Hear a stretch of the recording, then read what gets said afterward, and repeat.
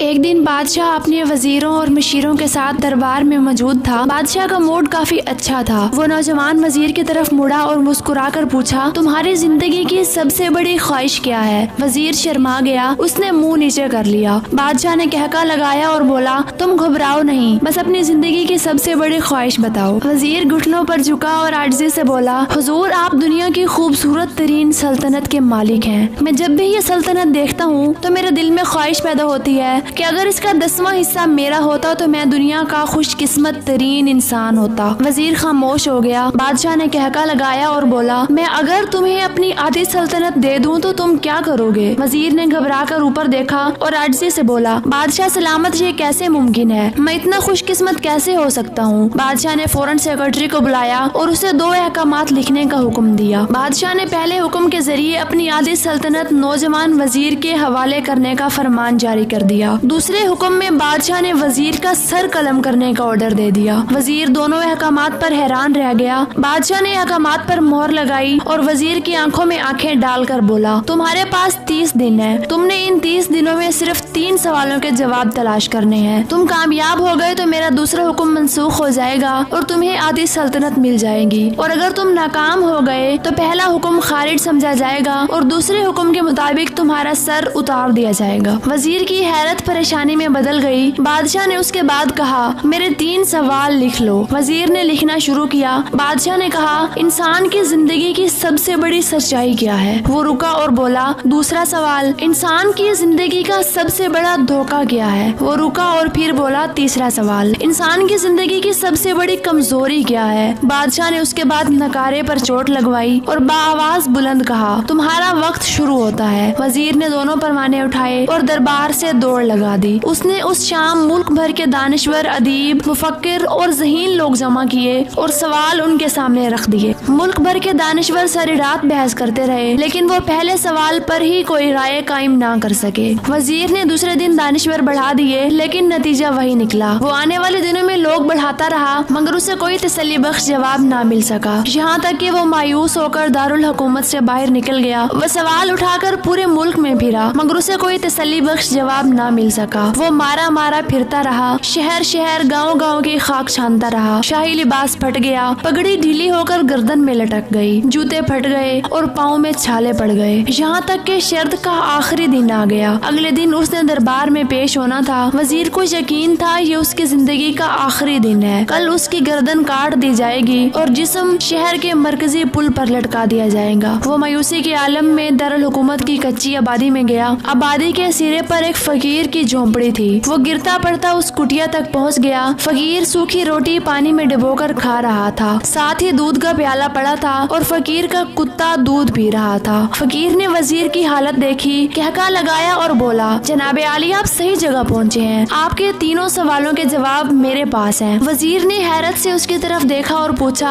आपने कैसे अंदाजा लगा लिया मैं कौन हूँ और मेरा मसला क्या है? फकीर ने सूखी रोटी के टुकड़े छाबे में रखे, मुस्कुराया, अपना बोरिया उठाया और वजीर से कहा, ये देखिए, आपको बात समझ आ जाएगी। वजीर ने झुककर देखा। बोरिये के नीचे शाही लिबास था। ये वो लिबास था जो बादशाह अपने करीब तरीन वज़रा को इनायत करता था। फकीर ने कहा, जनाबे आली, मैं भी इस सल्तनत का वजीर होता था। मैंने भी एक बार आपकी तरह बादशाह से शर्त लगाने की गलती कर ली थी। नतीजा अब आप खुद देख लीजिए। फकीर ने उसके बाद सूखी रोटी का टुकड़ा उठाया और दोबारा पानी में डुबोकर खाने लगा। वजीर ने दुखी दिल से पूछा, क्या आप भी जवाब तलाश नहीं कर सके थे? फकीर ने कहका लगाया और जवाब दिया, मेरा केस आपसे मुख्तलिफ था। मैंने जवाब ढूंढ लिए थे। मैंने बादशाह को जवाब बताए, आधी सल्तनत का परवाना फाड़ा, बादशाह को सलाम किया और इस कुटिया में आकर बैठ गया। मैं और मेरा कुत्ता दोनों मुतमईन जिंदगी गुजार रहे हैं। वजीर की हैरत बढ़ गई, लेकिन ये साबिक वजीर की हमाकत के तज्जिये का वक्त नहीं था। जवाब मालूम करने की घड़ी थी। चुनाचे वजीर फरियादी बन गया और उसने फकीर से पूछा, क्या आप मुझे सवालों के जवाब दे सकते हैं? फकीर ने हाँ में गर्दन हिलाकर जवाब दिया, मैं पहले 2 सवालों का जवाब मुफ्त दूंगा, लेकिन तीसरे जवाब के लिए तुम्हें कीमत कीमत अदा करना होगी। वजीर के पास शर्त मानने के सिवा कोई ऑप्शन नहीं था। उसने फौरन हाँ में गर्दन हिला दी। फकीर बोला,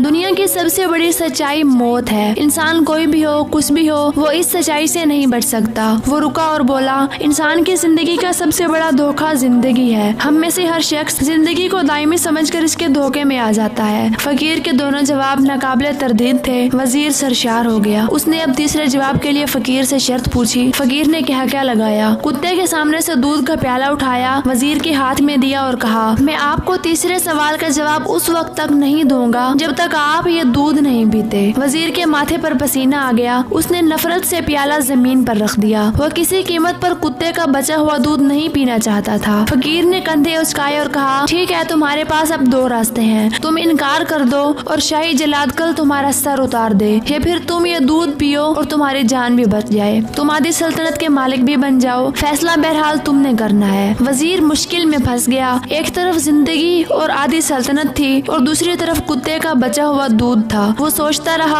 रहा यहाँ तक कि जान और माल जीत गया और इज्जत नफ्स हार गई। वजीर ने प्याला उठाया और एक ही सांस में दूध पी गया। फकीर ने कहका लगाया और बोला, मेरे बच्चे, इंसान की सबसे बड़ी कमजोरी गर्ज होती है। ये उसे कुत्ते का बचा हुआ दूध तक पीने पर मजबूर कर देती है। और ये वो सच है जिसने मुझे सल्तनत का परवाना फाड़कर इस कुटिया में बैठने पर मजबूर कर दिया था। मैं जान गया था कि मैं जो जिंदगी के धोखे में आऊंगा और मौत को जितना फरामोश करता रहूंगा, मैं उतना ही गर्ज की दलदल में धंसता जाऊंगा और मुझे रोज इस दलदल में सांस लेने के लिए गर्ज का गलीज दूध पीना पड़ेगा। लिहाजा मेरा मशवरा है, जिंदगी की इन तीनों हकीकतों को जान लो, तुम्हारी जिंदगी अच्छी गुजरेगी। वजीर शर्मिंदगी और खुद दर्सी का तोहफा लेकर फकीर की कुटिया से निकला और महल की तरफ चल पड़ा। और जो महल के करीब पहुंच रहा था, उसके एहसास शर्मिंदगी में इजाफा हो रहा था। उसके अंदर जिल्लत का एहसास बढ़ रहा था। वो इस एहसास के साथ महल के दरवाजे पर पहुंचा। उसके सीने में खौफनाक दर्द उठा।